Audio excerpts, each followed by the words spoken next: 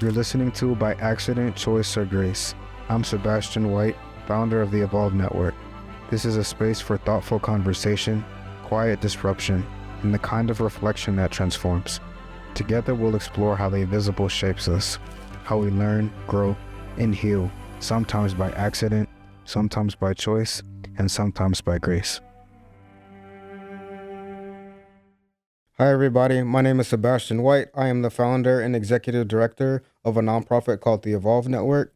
I'm excited to bring to you our podcast, By Accident, Choice, or Grace. Thank you so much for joining me today. Very great to be here. I'm excited to welcome Dr. Todd DuBose.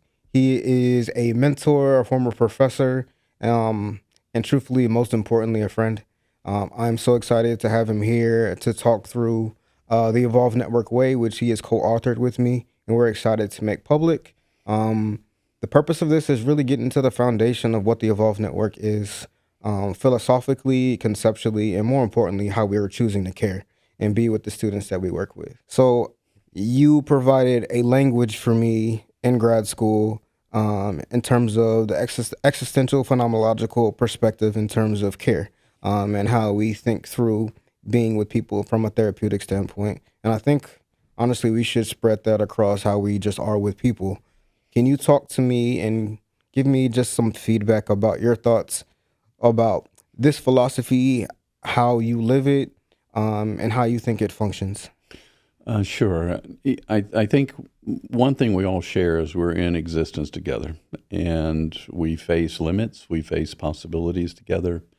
And I think what is important for us is just to be able to listen to what matters most to people. I think there's a tendency when we start thinking about theory and academics to get too distant from a person's real immediate struggles. And so this goes in the other direction of being able to listen to what matters, but that's going to be intangible for many people looking for tangibles. And if you focus on that, I honestly believe that we're missing that these days. I think that we're not listening to each other. And so this approach really tries to listen directly.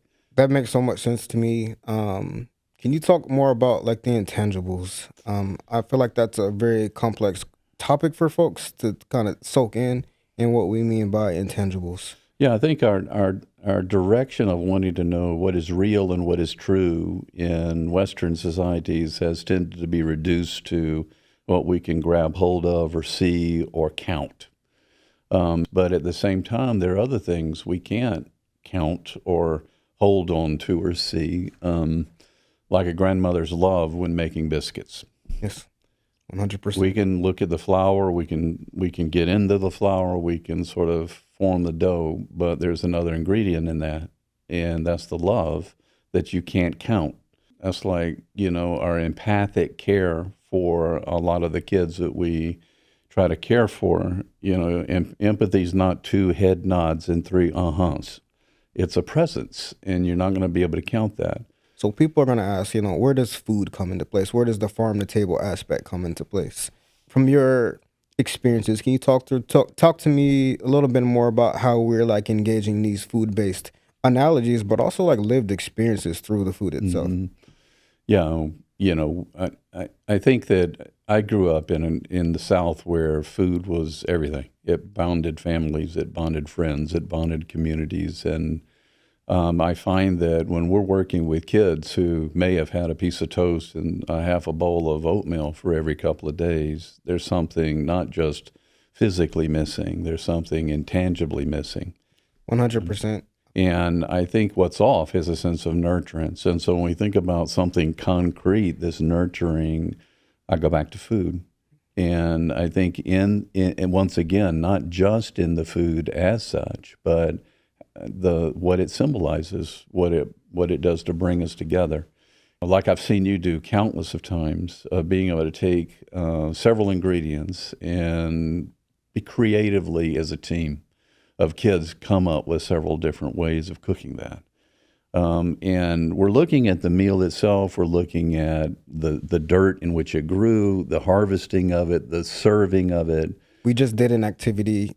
I gave them 8 random ingredients. They built out a recipe in teams, and we created It's so fascinating how I hand out each ingredient to let them taste on its own, and they're running to the trash can like, can't believe I tasted this. This is disgusting. This is not going to work.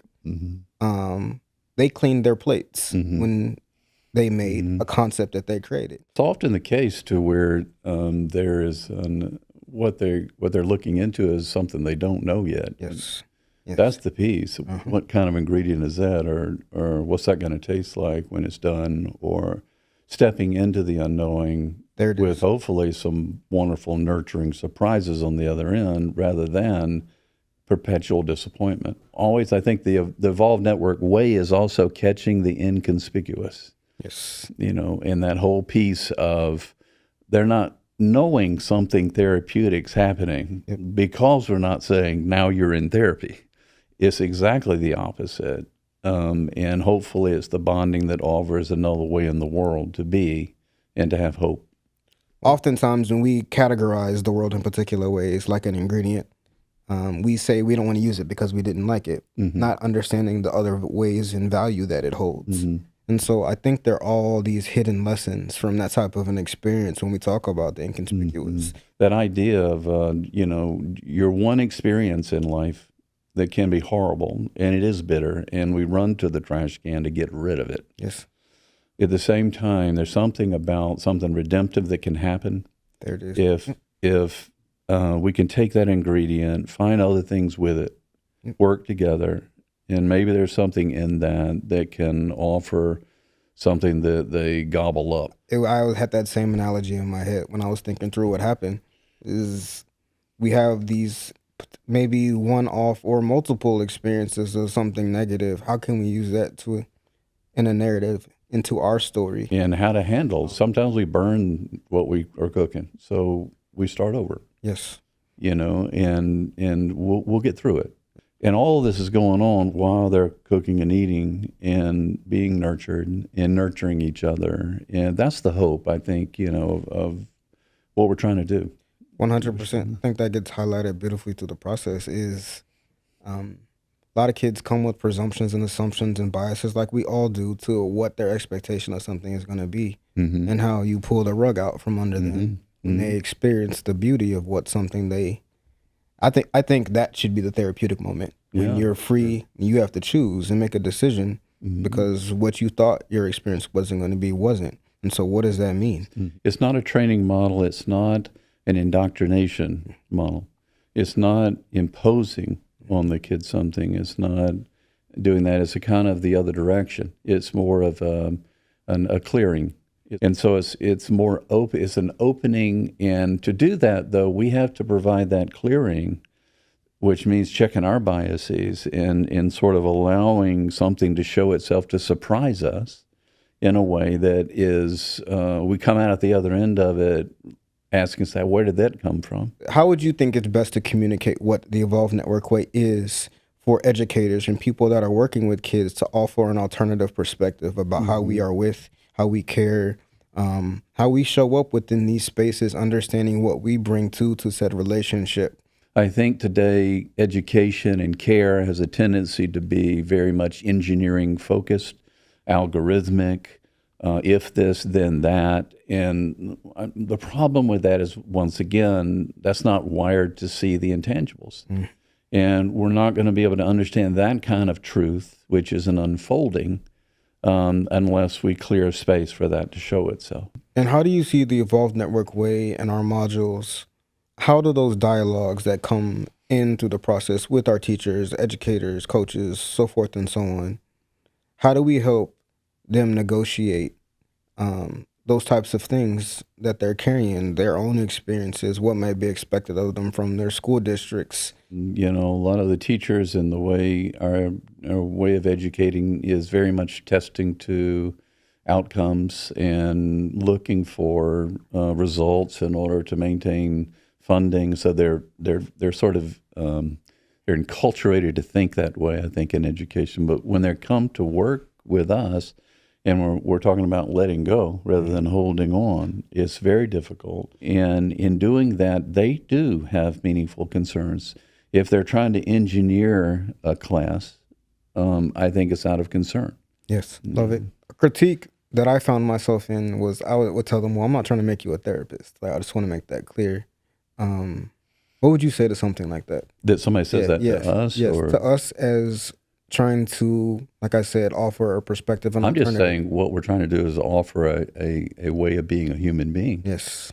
I think doing this not only makes you a better teacher or a better carer of another person, it makes you a better human being, a better partner, a better friend, a better sibling. And I think it's a much richer way to live. Really, the heart of it is letting go. Yeah. And letting be. And without why, I like to tack that on. That makes people nervous. Yeah. And what I mean by that is the sense of without needing to justify it or explain it or having to meet some kind of expectation. And so when you let go and just let it be what it is, trust its significance and its wisdom, once you start doing that, it'll naturally spill over into how you will do that with others, I think. Yeah. If you could describe the Evolve Network, a network way, in a couple of sentences, how would you do it? I think the two things to focus on are where's the intangibles, the things we can't count or reduce to something objective or physical, and where's the inconspicuous, that is what matters to us but may not be right up front. But the way is a clearing, and the way is how to open up such that what matters to whoever, whenever, can have a space to say it and show it. And showing it is saying it. And to let the saying do it in the way it wants to do it, with the idea that this is what's liberating for the folks we work with. Love it. Well, first, I just want to say thank you so much, Dr. DuBose, for this conversation. It was so enriching. We've had multiple like this. Each one comes with its own beauty and uniqueness. I hope that people heard the depth of the Evolve Network way. It's not just food and farming, but it's what they mean and the intangibles that are hidden within them, that you can't see, you can't count, you can't measure it. It's something that you feel, and I think that holds just as much value as the others, maybe more. It's my pleasure, Sebastian. I am so proud of you and what you've done, and you just look around at these dear souls that you're caring for, and keep it rolling, and I've got your back. I know you do, with you. And I know it. Anytime. I'm honored to know you, honored to have you engaged and involved with this. For people that don't know, the Evolve Network doesn't exist without him. Mm-hmm. And I mean that from the start. I didn't start writing our concept until after I had a conversation with you. Now it's after my father and my aunt passed away that started this. So we're here because of you. So thank you. I am eternally grateful. If you're interested in the Evolve Network way, please go to our website. We have an inquiry page where you can fill it out and we can get you signed up and scheduled for an opportunity to experience some of our modules and check them out. On the website itself, you can also see a list of what they are and what they offer to give you some basic philosophy about the type of conversation that you'll be having. We hope you guys check it out. And we are ready to get rolling with this. We want to spread the word about what we're trying to accomplish through the Evolve Network way. Thank you.